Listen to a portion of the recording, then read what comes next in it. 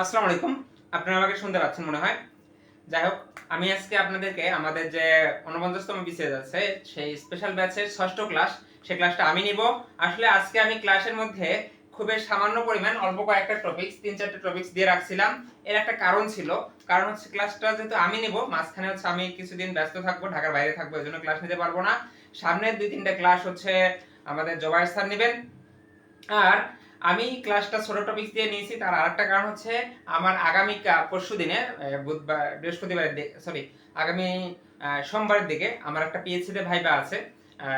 সেই পিএইচসি এর ভাইবার জন্য আমি নিজেও আসলে ভাইবার জন্য কোনো প্রস্তুতি নিতে পারিনি। আসলে বই রেডি করতে বা হচ্ছে অন্যান্য কারণে আমি ব্যস্ত, খুবই ব্যস্ত। তারপরও আমি চেষ্টা করতেছি যতটুকু আপনাদেরকে আউটকাম দেওয়া যায় আর কি। ঠিক এই কারণে আমি আজকে খুবই ছোট ছোট টপিক, ৩-৪টা টপিক নিয়ে আলোচনা করব এবং খুব একটা বেশি আলোচনা করব না। আলোচনাগুলো হচ্ছে সংক্ষিপ্তে প্রায় ঘন্টাখানেকের মধ্যে শেষ করে দিব। আজকে আমাদের যে দুইটা টপিক আছে, একটা হচ্ছে তেজস্ক্রিয়তা বা রেডিও অ্যাক্টিভিটি, আর একটা হচ্ছে এনভায়রনমেন্টাল কেমিস্ট্রি, যেটাকে আমরা বলতে পারি এনভায়রনমেন্টাল কেমিস্ট্রি একটা পার্ট, আর একটা হচ্ছে তেজস্ক্রিয়তা একটা পার্ট। এই দুইটা পার্ট থেকে খুব একটা বেশি মানে কঠিন না জিনিসগুলো সহজ, কিন্তু সহজ হলেও আমাদের জিনিসগুলো মনে রাখতে হবে। ঠিক এই কারণে আমি হচ্ছে আপনাদের মনে রাখার জন্য যতটুকু দরকার, যে না এই জিনিসগুলো গুরুত্বপূর্ণ ইম্পর্টেন্ট, আপনাদের নিজেই পড়তে হবে। আমি কিন্তু প্রথমে বলছি আমি আপনাদেরকে পড়া মুখস্থ করে দেব না, পড়া আপনাদেরকে নিজেই পড়তে হবে। জাস্ট আমি আপনাদেরকে ধরাই দেব যে আপনাদের ভাইয়া এটা পড়তে হবে, এটা পড়তে হবে, এই প্রশ্নটা এভাবে আসে, এই প্রশ্নটা এভাবে আসে, তাছাড়া আর কিছু না। যাই হোক, ডিরেকশন যে আপনার এই জিনিসগুলো পড়তে হবে এবং এগুলো আপনার পড়া উচিত আমার মনে হয়। যাই হোক, তাহলে আমরা চলে আসি। এখন আমরা প্রথমে পড়া শুরু করে দেই। পড়ার মধ্যে প্রথমে যে টপিকটা হচ্ছে সেটি হচ্ছে রেডিও অ্যাক্টিভিটি বা তেজস্ক্রিয়তা। তেজস্ক্রিয়তা বা রেডিও অ্যাক্টিভিটি কাকে বলা হচ্ছে? তেজস্ক্রিয়তা হচ্ছে অনেক সময় কিছু কিছু ভারী মৌল আছে বা কিছু আনস্টেবল আইসোটোপ আছে, যেই আইসোটোপ বা ভারী মৌলগুলো কি হয় অটোমেটিক্যালি একলা একলা ভেঙে যায়। তারা যেহেতু আনস্টেবল, সেহেতু তারা কি হয় একলা একলা ভেঙে গিয়ে তাদের কি হচ্ছে কি ক্ষুদ্রতম পরমাণুযুক্ত এলিমেন্ট তৈরি করে এবং এর সাথে সাথে তারা বিভিন্ন ধরনের রে নির্গত করে, আলফা বিটা গামা বা অন্য যে কোনো রে নির্গত করে। সেটাকে বলা হচ্ছে কি তেজস্ক্রিয়তা বা রেডিও অ্যাক্টিভিটি। তাহলে এই রেডিও অ্যাক্টিভিটি গুলো কেন দেখাচ্ছে, কারা কারা রেডিও অ্যাক্টিভিটিটা দেখায়? রেডিও অ্যাক্টিভিটি দেখানোর জন্য মৌলের কিছু ক্রাইটেরিয়া থাকা দরকার আছে। সেই ক্রাইটেরিয়াগুলো আপনারা হয়তো বা অনার্স লেভেলের মধ্যে পড়ছেন, যে যদি এদের মধ্যে নিউট্রন এবং প্রোটন সংখ্যার রেশিওটা 1 এর থেকে বড় হয়, তাহলে সেটা কি হয় রেডিও অ্যাক্টিভ এলিমেন্ট হয়, একটা ব্যাপার। আরেকটা ব্যাপার হচ্ছে যে এদের মধ্যে দেখা গেছে 82 বা 82 থেকে উপরের দিকে যতগুলো এলিমেন্ট আছে, এরা ম্যাক্সিমাম এলিমেন্টই হচ্ছে কি রেডিও অ্যাক্টিভ বা তেজস্ক্রিয় মৌল। এই দুইটা দেখে চেনার উপায় আছে, আমরা দুইটা দেখলাম। একটা হচ্ছে রেশিও আর একটা হচ্ছে আমাদের এর পারমাণবিক ভর, পারমাণবিক সংখ্যা 82 এবং তার উপরের থেকে। এখন দেখা গেল যে কার্বন 13, এর আমরা রেডিও অ্যাক্টিভিটি কিভাবে বের করব, যে রেডিও অ্যাক্টিভিটিটা কিভাবে তৈরি হয়? তাহলে এখানে আমাদের হিসাব করতে হবে নিউট্রন এবং প্রোটন সংখ্যার রেশিওটা। তাহলে নিউট্রন এবং প্রোটন সংখ্যার রেশিও যদি আমরা হিসাব করি, দেখেন এখানে কার্বনের 13 এর মধ্যে C6, কার্বন C6 12, তাহলে এখানে নিউট্রন এবং প্রোটনের রেশিওটা কত? এখানে প্রোটন হচ্ছে 6টা, নিউট্রন হচ্ছে 7টা, তাহলে রেশিওটা কিন্তু 1 থেকে বড় হয়ে গেছে। যেহেতু 1 থেকে বড় হয়, 1 থেকে যত বেশি বড় হবে সেই এলিমেন্টটা দেখবেন তত বেশি আনস্টেবল হবে। ঠিক আছে? এটা হচ্ছে আরেকটা ক্রাইটেরিয়া, এটা আমরা অনার্স লেভেলের বইয়ের মধ্যে পড়ছিলাম, যে হচ্ছে নিউট্রন এবং প্রোটনের রেশিও যে অনুপাতটা থাকবে সেটা হচ্ছে 1.5 এর উপরে থাকলে সেটা একবারেই হচ্ছে তেজস্ক্রিয় এলিমেন্ট হবেই, এটা মানে কম্পালসরি। আর যেটা আমি বললাম 1 থেকে সামান্য একটু বড়, সেটা রেডিওঅ্যাক্টিভ এলিমেন্ট হতে পারে। যাই হোক, এগুলো হচ্ছে বিভিন্ন আইসোটোপ। এই আইসোটোপগুলো থেকেও আমরা কি রেডিও অ্যাক্টিভিটি পাই। রেডিও অ্যাক্টিভিটি বা হচ্ছে এর যে কার্যকলাপ আলফা বিটা গামা রে হচ্ছে অটোমেটিক্যালি সে বাইরে কি করে নির্গত করে দেয়। এখন কথা হচ্ছে আমি আপনাদেরকে এখানে কিন্তু অনেকগুলা দেখেন ছোট ছোট কণার নাম লিখছি, এগুলা নিয়ে সম্পর্কে একটু আইডিয়া দিব। আমরা সাধারণত জানি যে একটা তেজস্ক্রিয় ভাঙ্গন ঘটলে তার মধ্যে কি কি হতে পারে, আলফা বিটা গামা রে নির্গত হয়, কিন্তু আসলে এই আলফা বিটা গামা রে বাদ দিয়েও আরো যে বিভিন্ন রে গুলো আছে, আমি সেই রে গুলো নিয়ে একটু আলোচনা করব আপনাদের সামনে আজকে। তাহলে আর কি কি রে হতে পারে আমি আপনাদেরকে একটু বোঝাই দিচ্ছি, এবং কেন এগুলো পড়তে হবে বা কেন আমাদের এটা পড়া দরকার। বিভিন্ন চাকরির পরীক্ষায় কিভাবে আসে, বিভিন্ন চাকরির পরীক্ষায় একদিকে লেফট সাইডে এলিমেন্ট থাকে, রাইট সাইডে একটা এলিমেন্ট থাকে এবং বলে দেওয়া থাকে। আচ্ছা, আমি যদি এখানে কার্বন 613 একে একটা নিউটন দ্বারা আঘাত করি, 01 নিউটন অথবা 14 ধরলাম, কার্বন 614 একে যদি আমি একটা নিউটন দ্বারা আঘাত করি, তাহলে এ ভেঙে যেতে পারে। এ ভেঙে গিয়ে কি হতে পারে বা হওয়ার পসিবিলিটি কি? ঠিক আছে, এ কি হতে পারে বা কি না হতে পারে। তাহলে অথবা একে আমি একটা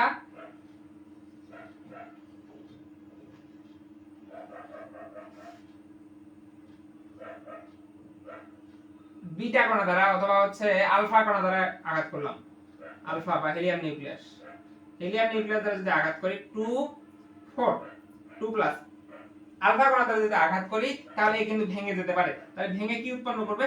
কার্বন। তখন আর কার্বন থাকবে না, যখন ভেঙে যাবে তখন সে কি হয়ে যাবে? নাইট্রোজেন, এবং নাইট্রোজেনের উপরে হচ্ছে 14 এর জায়গায় 15 হয়ে যেতে পারে প্লাস। এখানে সব সময়ের জন্য আমাদের একটা জিনিস মাথায় রাখতে হবে, লেফট সাইড এবং রাইট সাইড। আমি কিন্তু আপনাদের গুরুত্বপূর্ণ একটা জিনিস বোঝাচ্ছি, আপনারা মনোযোগ দিয়ে শুনবেন। এখানে আমাদের দেখতে হবে নিচের রাইট সাইড এবং নিচের রাইট সাইড এবং উপরের যে রাইট সাইডগুলো আছে সেগুলো মিলতে হবে। তাহলে এখানে যখন ভাঙবে তখন নিচে হয়ে গেল কয়টা? আমাদের 8টা, কিন্তু এখানে আছে 7টা। এখন নিচে যদি 1 মিলাতে চাই, 1 মিলানোর জন্য আমাদের কি হতে পারে? একটা প্রোটন হতে পারে বা পজিট্রন কণাও হতে পারে। এবং একটা জিনিস মাথায় রাখবেন, আমি যখন হিলিয়াম নিউক্লিয়াস দ্বারা আঘাত করছি বা আলফা কণা দ্বারা আঘাত করছি, তখন এর মধ্যে আলফা কণা ছাড়া অন্য যে কোনো কণা, নিউট্রন, পজিট্রন বা যে কোনো কণা উৎপন্ন হতে পারে, ডিউটেরন, মেসন, যে কোনো কণা উৎপন্ন হওয়ার পসিবিলিটি থাকে। তাহলে যেগুলা হচ্ছে কণা থাকবে বা কসমিক রে থাকবে, সেগুলোর কিন্তু আমরা কোনো প্রকার ভর বা ইয়া পাবো না। তাহলে কোনগুলোর পাবো? ভর আমাদের মিলাইতে হবে, ভর এবং চার্জ এই দুটো সবসময়ের জন্য মিলাইতে হবে, উপরে চার্জ এবং নিচে ভর। তাহলে আমি যদি এটাকে মিলাইতে চাই, এখানে কিন্তু হচ্ছে না, তখন কি হচ্ছে? 2 দিতে হবে। 2 দিলে হচ্ছে কি দেখেন আপনারা, 2 দিলে কিন্তু আমাদের দুইটা প্রোটন হচ্ছে, তাহলে এই দুইটা কটা গেল? 8টা 7টা, এখানে হয়ে গেছে 8টাও। আচ্ছা, দুইটা দরকার নেই আমাদের, এমনিতেই হয়ে যাচ্ছে। তাহলে কি 8টা, এখানে একটা প্রোটন, তার মানে একটা প্রোটন হয়ে গেল, কিন্তু আমাদের নিচে মিলে গেল। কিন্তু আমাদের উপরে দেখতে হচ্ছে, উপরে মিলতেছে না। কত হয়ে গেছে? 14, এখানে হয়ে গেছে 15, তাহলে একটা 3 বাকি আছে। তাহলে এই তিনটার জন্য আমাদের প্রোটনের সাথে, যখন প্রোটন কণা নির্গত হয় তার সাথে কি হয়? একটা নিউট্রন কণা নির্গত হয়। তাহলে নিউট্রন কণা কয়টা নির্গত হবে? 3টা। এই হচ্ছে আমাদের সমতাকৃত ইকুয়েশন। তাহলে পরীক্ষায় কিভাবে প্রশ্ন আসে? পরীক্ষায় প্রশ্নটা আসে যে এইখানে এরকম দুটো কণা দেওয়া থাকে, এখানে একটা ঘরটা ফাঁকা দেওয়া থাকে, যে এই ঘরের মধ্যে কোন কণা উৎপন্ন হবে, এটার মধ্যে নিচের কোনটি উৎপন্ন হবে। তখন আপনারা কিন্তু এই হিসাবটা বের করে নিয়ে বসাইতে হবে যে এটার মধ্যে কোন কণাটা। আমাদের মেইন প্রশ্ন হচ্ছে এই পার্টটুকুর মধ্যে। তাহলে এই পার্টটুকুর মধ্যে একটা জিনিস মাথায় রাখতে হবে, লেফট সাইডের নিচের সংখ্যাগুলো এবং উপরের সাইডের উপরের সংখ্যাগুলো সবসময়ের জন্য যোগফল সবার ক্ষেত্রে সমান হবে। লেফট সাইড এবং রাইট সাইড সবসময়ের জন্য ইকুইলিব্রিয়াম রাখতে হবে, তাছাড়া আমাদের বিক্রিয়াটা সম্পূর্ণ হবে না। এই ঠিক আছে, তাহলে এটা একটা আমরা বুঝলাম, এভাবে একটা প্রশ্ন আসতে পারে। তাহলে এভাবে যখন প্রশ্নগুলো আসবে, তখন আমার এই যে কণাগুলো আছে সেই কণাগুলোর দরকার আছে। কারণ দেখেন, আমি যদি এইখানে লেফট সাইড এবং রাইট সাইড মিলাইতে যাই, অবশ্যই আমার এই রেগুলো দরকার আছে। অথবা এখানে বলে দেওয়া থাকবে যে রের নামটা বলে দেওয়া থাকবে যে একটা ডিউটেরিয়াম কণা নির্গত হয়েছে, তখন কিন্তু আপনাকে একটা ডিউটেরিয়াম কণা রাইট সাইড অবশ্যই নিতে হবে। তাহলে একটা ডিউটেরিয়াম কণা নিলাম বা দুইটা ডিউটেরিয়াম কণা, তাহলে যদি সেই ডিউটেরিয়াম কণা যদি আমি নিতে চাই, তাহলে আমাকে কি করতে হবে? ডিউটেরন কণার যে সংকেতটা আছে, ভর সহ সংকেতটা, সেটা জানতে হবে। আপনারা যদি বই খাতা নিয়ে থাকেন, অবশ্যই এই যে যেটা আমি লিখে রাখছি, এটা অবশ্যই আপনারা খাতার মধ্যে লিখে টুকায় রাখবেন, কারণ কোন বইয়ের মধ্যে এগুলো সবগুলো নেই। কোন বইয়ের মধ্যে, ইন্টারমিডিয়েটের বই বলি, অনার্সের বইয়ের মধ্যে বলি, কোন বইয়ের মধ্যে ডিটেইলস অনার্সের বইয়ের মধ্যে আছে, তবে অন্যান্য বইয়ের মধ্যে একটা রেডিও কেমিস্ট্রি বা তেজস্ক্রিয়তা 3rd ইয়ারে মনে হয় পড়ায় অনার্সের বা জাতীয় বিশ্ববিদ্যালয়ের, সেই বইয়ের মধ্যে আপনারা হচ্ছে এই সবগুলো পাবেন। কিন্তু আমি আপনাদেরকে এটা সবগুলো একবার লিখে দিছি যে না, আপনাদের সুবিধার জন্য। ওকে, তাহলে আমি এই কণাগুলো যে নির্গত হয়, এই কণাগুলো নিয়ে একটু আলোচনা করে নিই প্রথম থেকে, তাহলে বুঝতে সুবিধা হয়। প্রথমটা হচ্ছে আলফা কণা। আলফা কণা হচ্ছে 2 4, ভর হচ্ছে 2, প্রোটন সংখ্যা ভর মানে হিলিয়াম নিউক্লিয়াস, মেইন কথা হিলিয়াম নিউক্লিয়াস, নিচে হচ্ছে 2, উপরে হচ্ছে 4। এটা হয়ে গেল আমাদের আলফা কণা। এরপর এটা হচ্ছে বিটা কণা। বিটা কণা হচ্ছে নিচে -1, উপরে হচ্ছে 0, এবং এর সংকেতটা ই দ্বারা প্রকাশ করা হয়, ই দ্বারা -1 0। গামা কণা নির্গত হয়। গামা কণার কিন্তু কোনো ভর নেই, কোনো চার্জও নেই, 0 0 0, সবে 0। নিউট্রন কণা, নিউট্রন কণা এর কিন্তু একটা আমাদের কি আছে? উপরে ভর আছে, তাহলে এর ভর হচ্ছে 1, কিন্তু এর হচ্ছে নিচের যে পারমাণবিক সংখ্যা বলি আমরা, যেটাই বলি না কেন সেটাও শূন্য এবং চার্জও শূন্য, নিউট্রন, কোনো চার্জ নেই। এরপর আমরা চলে আসলাম পজিট্রন। পজিট্রন এর আরেকটা নাম কিন্তু হচ্ছে অ্যান্টি ইলেকট্রন। আপনারা একটা জিনিস মাথায় রাখবেন, পজিট্রনের আরেকটা নাম হচ্ছে অ্যান্টি ইলেকট্রন। ইলেকট্রন কি চার্জ যুক্ত? আমরা জানি ইলেকট্রন পজিটিভ চার্জ যুক্ত, কিন্তু এর কোনো ইলেকট্রন হচ্ছে নেগেটিভ চার্জ যুক্ত, কিন্তু এর কোনো ভর নেই। কিন্তু প্রোটন কি চার্জ যুক্ত? প্রোটন হচ্ছে পজিটিভ চার্জ যুক্ত এবং এর হচ্ছে একটা আলাদা ভর আছে। আর আমাদের যেটা পড়তেছি পজিট্রন, পজিট্রন হচ্ছে কি, পজিট্রনের ভর সেম ইলেকট্রনের সমান, কিন্তু এর চার্জটা হচ্ছে কি পজিটিভ। এর চার্জ হচ্ছে পজিটিভ, কিন্তু ভরটা আবার হচ্ছে কার সমান? ইলেকট্রনের সমান, নয় পজিটিভের সমান বা হচ্ছে প্রোটনের সমান। এজন্যই এই পজিট্রনের আরেকটা নাম হচ্ছে অ্যান্টি ইলেকট্রন, এটা মাথায় রাখবেন। এবং এর সংকেতটা হচ্ছে নিচে হচ্ছে +1, উপরে হচ্ছে 0, আর এখানে হচ্ছে ই। পজিট্রনটা মাঝে মাঝে বিভিন্ন চাকরি পরীক্ষায় দিয়ে থাকে পজিট্রন। তারপর হচ্ছে প্রোটন। প্রোটন তো আমরা সবাই জানি, প্রোটন হচ্ছে 1 1, নিচে 1 উপরে 1। আরেকটা হচ্ছে ইলেকট্রন। ইলেকট্রন নিচে -1, উপরে হচ্ছে 0। দেখেন এই ইলেকট্রন আর হচ্ছে পজিট্রনের মধ্যে ডিফারেন্সটা কোথায়? এখানে -1, এখানে হচ্ছে +1, উপরে 0 0, ভর সেম। এরপর আমরা চলে আসবো অ্যান্টি নিউট্রন। অ্যান্টি নিউট্রনটা কি আসলে? অ্যান্টি নিউট্রনকে হচ্ছে গামা দ্বারা প্রকাশ করা হয় বা মিউ দ্বারা, এটাকে মিউ বলে, মিউ দ্বারা প্রকাশ করা হয়। এই মিউ এর নিউট্রিনো অ্যান্টি নিউট্রিনো দুইটা কিন্তু আলাদা আলাদা। তাহলে নিউট্রিনো আর অ্যান্টি নিউট্রিনোর গামা কণার মধ্যে ডিফারেন্সটা কোথায় আমি একটা বলে নেই। এই তিনজনের কিন্তু হচ্ছে সবই শূন্য, চার্জও শূন্য, ভরও শূন্য। তাহলে এদের মধ্যে ডিফারেন্সটা কোথায়? এদের মধ্যে ডিফারেন্সটা হচ্ছে গামা কণার মধ্যে কোনো ভর নেই, কোনো কিছু নেই, কিন্তু আমাদের যে নিউট্রনো এবং অ্যান্টি নিউট্রনো কণা আছে এদের মধ্যে কি আছে? স্পিন আছে বা ডিরেকশন আছে। যেমন ইলেকট্রনের স্পিন আছে, সেরকম আমাদের নিউট্রনো এবং অ্যান্টি নিউট্রনো কণার স্পিন আছে। আর গামা কণার কিন্তু কোনো স্পিন নেই, গামা কণা সরাসরি চলে যায়, এর কোনো স্পিন নেই এবং হচ্ছে এর সব ম্যাক্সিমাম টাইমে হচ্ছে কি ফোটনের মাধ্যমে চলে যায়। আমাদের যে ম্যাক্স প্ল্যাঙ্কের তত্ত্ব আছে, ম্যাক্স প্ল্যাঙ্ক তত্ত্ব থেকে আমরা সেটা জানতে পারি। তাহলে গামা কণার ক্ষেত্রে 0 0 সবকিছু 0 এবং উপরে যে চার্জ সেটাও 0, ভরও 0, সবকিছু 0 এবং এর ভেদন ক্ষমতা অনেক বেশি। এখন চলে আসলাম নিউট্রন আর অ্যান্টি নিউট্রনের মধ্যে ডিফারেন্সটা কোথায়? এদের মধ্যে হচ্ছে কি স্পিন সংখ্যা আছে, কিন্তু গামার স্পিন সংখ্যা 0। নিউট্রন আর অ্যান্টি নিউট্রনের মধ্যে স্পিন সংখ্যা একটা হচ্ছে পজিটিভ বা অ্যান্টি ক্লকওয়াইজ, আর একটা হচ্ছে অ্যান্টি ক্লকওয়াইজ বা নেগেটিভ। এটাকে দেখেন নিউট্রন 0 0, এই দেখেন মাঝখান সাইড দিয়ে কিন্তু half, plus half, minus half দিয়ে প্রকাশ করা হয়। এটা হচ্ছে গেল নিউট্রন আর অ্যান্টি নিউট্রন। এরপর আমরা যেটা দেখব সেটা হচ্ছে ডিউটেরিয়াম কণা। ডিউটেরিয়াম কণা মানে হচ্ছে কোনটা? যেটা আমরা হাইড্রোজেনের হিসাব করি। হাইড্রোজেনের কোনটা? হাইড্রোজেন মানে হচ্ছে 0 1, সরি 1 1, আর ডিউটেরিয়াম হচ্ছে কি 1 2 বা ডি প্লাস। এটার কণা যখন হয় তখন কিন্তু আর এখানে ইলেকট্রন থাকে না। এখানে ডিউটেরিয়াম কণা হচ্ছে 1 2, উপরে হচ্ছে প্লাস। হয়তোবা আপনারা দেখতে পারতেছেন আশা করতেছি।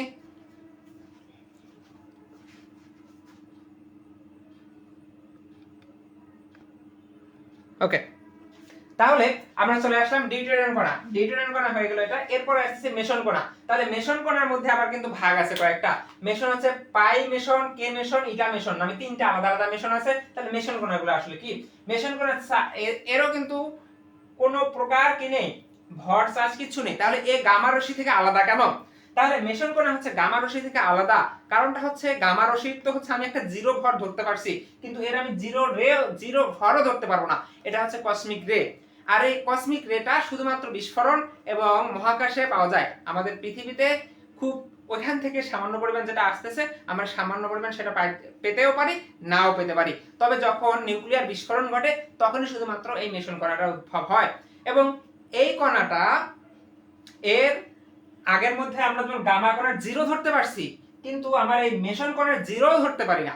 এতটাই এটা হচ্ছে মানে এ কোন সংখ্যা কণার সংখ্যার মধ্যেই পড়ে না, এ কোন সংখ্যার মধ্যেই কণার সংখ্যার মধ্যেই পড়ে না। তারপরও একে আমরা কণা বলতেছি কেন? কারণটা হচ্ছে মেসন কণাটা বলার কারণটা হচ্ছে এটাই, যখন কোনো রেডিওঅ্যাক্টিভ বা তেজস্ক্রিয় এলিমেন্ট তার তেজস্ক্রিয়তা ছড়ায় তখন এর সাথে সাথে আমাদের এই রেটাও ছড়াই ফেলে। এই জন্য যেহেতু সে সবার সাথেই, যে চারজন যাচ্ছে ভালো মানুষ আর একজন যদি খারাপ মানুষ হয়ে যায় তখন আমরা সেটাকে কি ভালো মানুষের কাতারে ধরে নিই। সেজন্য একই সাথে যখন অনেকগুলো কণার উদ্ভব হয় তখন এই মেসন কণাটা উদ্ভব হয়। কিন্তু আসলে মেসনটা হচ্ছে আসলে কোনো কণা না, মেসনটা হচ্ছে কি একটা রে বা কসমিক রে আমরা যেটাকে বলতেছি। তাহলে এই যে মেসন রে, মেসনের কিন্তু অনেকগুলো ভাগ আছে। তাহলে মেসন কি কি আছে? মেসন তিন ধরনের হতে পারে, পাই মেসন, কে মেসন এবং ইটা মেসন।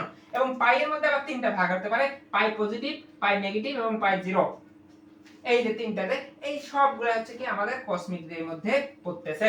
কসমিক রে হওয়ার পরও আমরা এটা নিয়ে আলোচনা করলাম কেন, কারণ এটা হচ্ছে তেজস্ক্রিয় মৌলের মধ্যে সে নির্গত হয়। তাহলে আমাদের মোটামুটি এখানে প্রায় 1 2 3 4 5 6 7 8 9 10 11 12 13 14টা মোটামুটি 14-15টা হচ্ছে আমরা বিভিন্ন কণা এবং এর যে হচ্ছে সংকেতগুলো আছে সেগুলো পড়লাম। কেন এই সংকেতগুলো আমরা পড়লাম, কারণ হচ্ছে আমরা যখন পরীক্ষায় ইকুয়েশন মিলাবো, পরীক্ষায় যদি কখনো ইকুয়েশন আছে লেফট সাইড এবং রাইট সাইড, তখন কিন্তু আমাদের এই কণাগুলোর সাইনগুলো দরকার আছে। পরীক্ষায় কিন্তু কখনোই এখানে কণার সাইনগুলো দেওয়া থাকে না, তখন বলে দেওয়া থাকে পজিট্রন। তাহলে পজিট্রনের আপনি যদি সংকেতটা না জানেন তাহলে কিন্তু আপনি কখনোই ওই ইয়াটা মিলাইতে পারবেন না। একটা এমসিকিউ অযথা নষ্ট হয়ে যাবে, মানে একটা নাম্বার অযথা মারা যাবে। সো যদি মারা যেতে না চান অবশ্যই এই জিনিসটা মুখস্থ করার চেষ্টা করবেন, এখন খাতার মধ্যে টুকে রাখেন। এরপর চলে আসলাম আমরা রেডিও অ্যাক্টিভ সম্পর্কে, আমাদের মেইন যে পার্ট ছিল সেটা আমি এখানে আপনাদের পড়ালাম। এরপর আমরা যেটা দেখব সেটা হচ্ছে নিউক্লিয়ার রিঅ্যাকশন। তাহলে নিউক্লিয়ার রিঅ্যাকশনের মধ্যে আমরা কি ধরনের নিউক্লিয়ার রিঅ্যাকশন, নিউক্লিয়ার রিঅ্যাকশন বলতে আপনাকে বুঝতে হবে যে নিউক্লিয়াসের রিঅ্যাকশন। তাহলে নিউক্লিয়াসের রিঅ্যাকশনটা কিভাবে ঘটে? নিউক্লিয়াসের রিঅ্যাকশন যে বললাম অটোমেটিক্যালি ঘটতে পারে, অথবা কোন সংঘর্ষের মাধ্যমে ঘটতে পারে, বা নিয়ন্ত্রিত হতে পারে, অথবা অনিয়ন্ত্রিত হতে পারে, কন্ট্রোল হতে পারে, আনকন্ট্রোল হতে পারে। এখন পৃথিবীতে যতগুলো স্বাভাবিকভাবে কোনো নিউক্লিয়ার রিঅ্যাকশন ঘটে সবগুলো স্বাভাবিক রিঅ্যাকশনই হচ্ছে আনকন্ট্রোল বা কন্ট্রোল ছাড়া। তাহলে কন্ট্রোল নিউক্লিয়ার রিঅ্যাকশনগুলো কোথায় ঘটে? কন্ট্রোল নিউক্লিয়ার রিঅ্যাকশন ঘটে হচ্ছে বিভিন্ন পারমাণবিক বিদ্যুৎ কেন্দ্রে, নিউক্লিয়ার পাওয়ার প্ল্যান্ট, বা হচ্ছে আমরা নিউক্লিয়ার পাওয়ার প্ল্যান্ট হচ্ছে বর্তমান সভ্যতা খুবই একটা প্রকৃষ্ট উদাহরণ নিউক্লিয়ার এনার্জি ব্যবহারের জন্য। এবং পারমাণবিক বোমা কিন্তু এটাকে নিয়ন্ত্রিতই বলা হয়। কন্ট্রোল হচ্ছে নিউক্লিয়ার রিঅ্যাকশন। কেন কন্ট্রোল বলা হচ্ছে? আমরা কিন্তু ওটাকে আলাদাভাবে সেপারেশন রাখতেছি, আমরা একটা নির্দিষ্ট জায়গায় নিয়ে ফেলাইতে পারতেছি বোমাটাকে, ঠিক এই কারণে এটাকে বলা হচ্ছে কন্ট্রোল নিউক্লিয়ার রিঅ্যাকশন। তাহলে এই নিউক্লিয়ার রিঅ্যাকশন কাকে বলা হচ্ছে? আমি আবার বলতেছি, নিউক্লিয়ার রিঅ্যাকশন হচ্ছে নিউক্লিয়াসের রিঅ্যাকশন, যে রিঅ্যাকশন বা যে বিক্রিয়ার মধ্যে নিউক্লিয়াসগুলো ভেঙে দুই বা ততোধিক নিউক্লিয়াসে পরিণত হয়, অথবা দুটো ছোট ছোট নিউক্লিয়াস জোড়া লেগে বাইরে কোনো বাহ্যিক কোনো প্রভাবের উপস্থিতিতে বা অন্য যে কোনো কারণে, টেম্পারেচার হোক বা যেটাই হোক না কেন, যে কোনো কারণে ছোট ছোট নিউক্লিয়াস বড় নিউক্লিয়াস রূপান্তরিত হতে পারে, বা বড় নিউক্লিয়াস অটোমেটিক্যালি ভেঙে গিয়ে ছোট নিউক্লিয়াস রূপান্তরিত হতে পারে। এই যে নিউক্লিয়াসের যে ঘটনাগুলো ঘটে এটাকে বলা হচ্ছে, এবং তাদের যে নিউক্লিয়াসের পরিবর্তন ঘটে সেটা হচ্ছে কি নিউক্লিয়ার রিঅ্যাকশন। তাহলে নিউক্লিয়ার রিঅ্যাকশনগুলো ঘটে কোথায়? নিউক্লিয়াস। শেষ, এটা নিয়ে আমারই তেমন কিছু নেই। আমরা তবে জানবো নিউক্লিয়ার রিঅ্যাকশনের প্রকারভেদ। তাহলে নিউক্লিয়ার রিঅ্যাকশন সাধারণত কয় প্রকার হতে পারে? নিউক্লিয়ার রিঅ্যাকশন দুই ধরনের হতে পারে, নিউক্লিয়ার ফিশন আর হচ্ছে নিউক্লিয়ার ফিউশন। একটা হচ্ছে ফিশন, একটা হচ্ছে ফিউশন। তাহলে ফিশন আর ফিউশন পরীক্ষা এটা নিয়ে কিভাবে প্রশ্ন আসে? পরীক্ষায় প্রশ্ন আসে যে পারমাণবিক বোমা কোন তত্ত্বের উপর ভিত্তি করে তৈরি করা হয়? নিউক্লিয়ার ফিশন, মাথায় রাখবেন। আর হাইড্রোজেন বোমা যেটা তৈরি করা হয় সেটা হচ্ছে নিউক্লিয়ার ফিউশন। আমি একটু লিখে রাখতেছি ফিশন আর ফিউশন যেন কনফিউশন না হয়। হাইড্রোজেন বোমা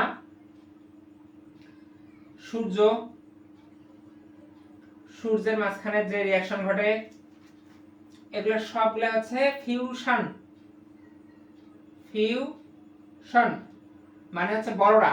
একটা যে মাথা রাখবেন, হাইড্রোজেন লেখাটা কিন্তু অনেক বড় লিখতে হয়। হাইড্রোজেন যদি বাংলা লিখতেন তাহলে বড় লিখতাম, এই জন্য কি লিখবো?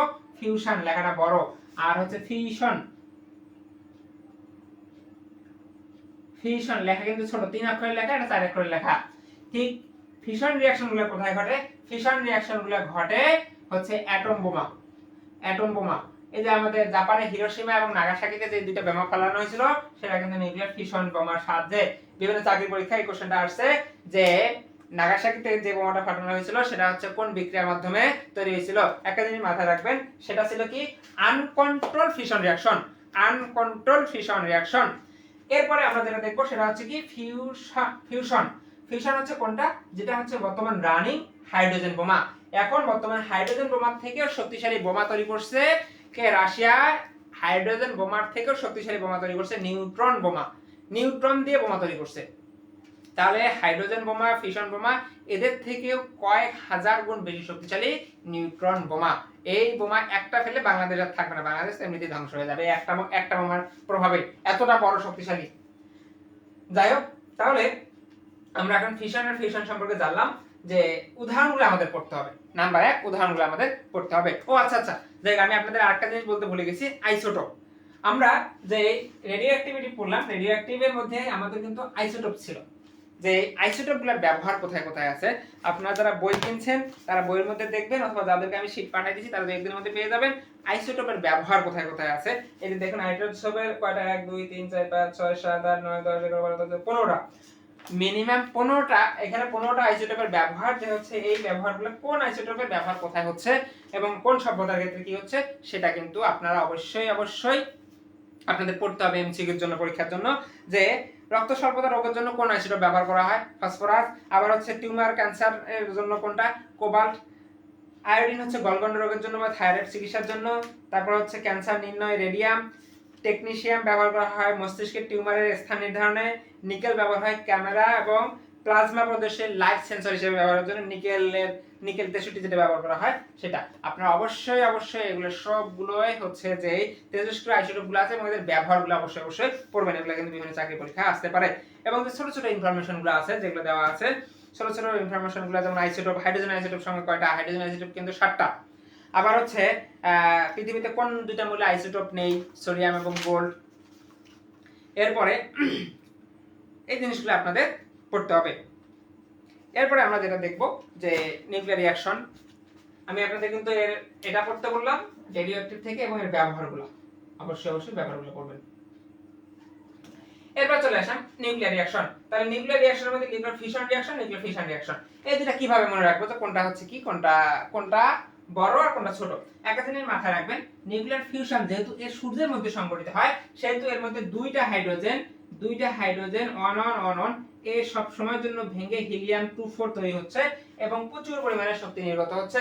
হাইড্রোজেন 2 4 তৈরি হচ্ছে, সাথে যদি আমি আলফা কণা বলি প্লাস বিটা প্লাস গামা, এই ধরনের অসংখ্য রে উৎপন্ন হচ্ছে। অসংখ্য রে উৎপন্ন হওয়ার কারণে দেখেন এখানে হাইড্রোজেন থেকে কিন্তু হিলিয়ামে রূপান্তরিত হচ্ছে। তাহলে এর ভর বৃদ্ধি পাচ্ছে এবং এর নিউট্রন সংখ্যার পরিমাণও বৃদ্ধি পাচ্ছে। এই এখন আমরা এটাকে দেখা গেল যে এর বিটা কণা, এখানে বিটা কণা আমাদের মেলানোর জন্য -1 উপরে এই যে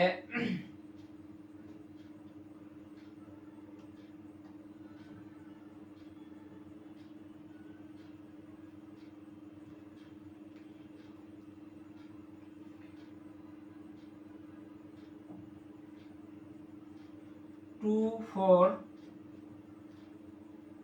-1 0, ঠিক আছে, এরকম অসংখ্য কণা নির্গত হচ্ছে। তাহলে নিউক্লিয়ার ফিউশন রিঅ্যাকশনের মধ্যে কি হয়, ছোট ছোট নিউক্লিয়াস যুক্ত হয়ে বড় নিউক্লিয়াসে উৎপন্ন করে।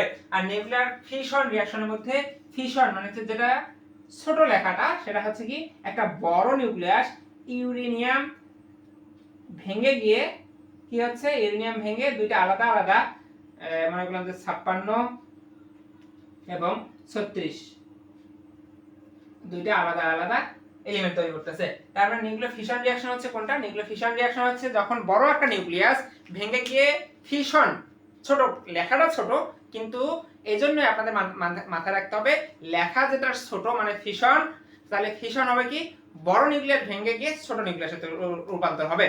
আর নিউক্লিয়ার ফিউশন কি হবে, ছোট নিউক্লিয়াসগুলো যুক্ত হয়ে বড় নিউক্লিয়াস তৈরি করবে। উভয় নিউক্লিয়াসের মধ্যে প্রচন্ড পরিমাণে শক্তি নির্গত হয় এবং আলফা বিটা গামা এবং অন্যান্য যে রেগুলো আছে কসমিক রে, বিভিন্ন কসমিক রে নির্গত হয়। এই হচ্ছে আমাদের ফিশন রিঅ্যাকশন আর ফিউশন রিঅ্যাকশনের ডিফারেন্স। যদিও ডিফারেন্স পরীক্ষা আসবে না, এখান থেকে উদাহরণগুলো আসার সম্ভাবনা বেশি পরীক্ষায়। ওকে, তাহলে আমরা নিউক্লিয়ার রিঅ্যাকশন নিয়ে আমরা পড়ে ফেললাম। এরপর আরেকটা টপিক হচ্ছে কি অ্যাটমিক এনার্জি। তাহলে অ্যাটমিক এনার্জি নিয়ে আমাদের কি টাইপের প্রশ্ন আসতে পারে বা আমরা কিভাবে পড়ব। অ্যাটমিক এনার্জিটা হচ্ছে কিন্তু আমরা জানি এক অ্যাটমিক এনার্জির আবিষ্কারক হচ্ছে কে পিওরে কুরি এবং মাদাম কুরি। তাহলে এই অ্যাটমিক এনার্জিগুলো যে আছে, অ্যাটমিক এনার্জি থেকে সাধারণত প্রশ্ন খুব একটা বেশি হয় না, কারণ আমি এতক্ষণ থেকে যে আলোচনাগুলো করলাম সেই টপিকসগুলো থেকে ম্যাক্সিমাম টাইম হচ্ছে পরীক্ষা প্রশ্ন দিয়ে থাকে। এজন্য অ্যাটমিক এনার্জি থেকে খুব একটা প্রশ্ন হয় না। তারপরও আমাদের কিন্তু যেহেতু টপিকসটা দেওয়া আছে, আমাদের একটু হলেও সেটা দেখতে হবে যে অ্যাটমিক এনার্জি কোনটাকে বলতেছি আমরা। অ্যাটমিক এনার্জি হচ্ছে অ্যাটম যখন সে গুচ্ছবিত অবস্থায় থাকে তখন তাকে ভাঙার জন্য আমার যে পরিমাণ শক্তি দিতে হয় সেটা হচ্ছে কি তার অ্যাটমিক এনার্জি। এখন এখানে কিন্তু আমরা একটা জিনিস শক্তি ক্ষয় নামে একটা কথা পড়ছিলাম অনার্স লেভেলে, যারা পড়াশোনা করছি আমরা সবাই থেকে অনার্স লেভেলে পড়ছি। তাহলে এখানে অনার্স লেভেলে আমরা জিনিস দেখছিলাম আজকে শক্তি ক্ষয় বা ভর ক্ষয় বা শক্তি ক্ষয়। এর জন্য আইনস্টাইনের একটা সূত্র ছিল E mc স্কয়ার। তাহলে এখানে e mc স্কয়ার, এই যে mটা হচ্ছে কি ক্ষয় যাওয়া ভর, কতটুকু ভরটাকে হচ্ছে আমি শক্তিতে রূপান্তর করতে পারবো, ই হচ্ছে এনার্জি, সি হচ্ছে আলোর বেগ, তাই না?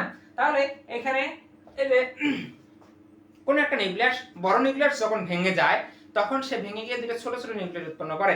যখন ছোট ছোট নিউক্লিয়াস উৎপন্ন করে তখন বড় নিউক্লিয়াসের যে ভর থাকে ওই দুইটা ছোট নিউক্লিয়াসের যোগফলের ভরের যোগফল সমান হওয়ার কথা।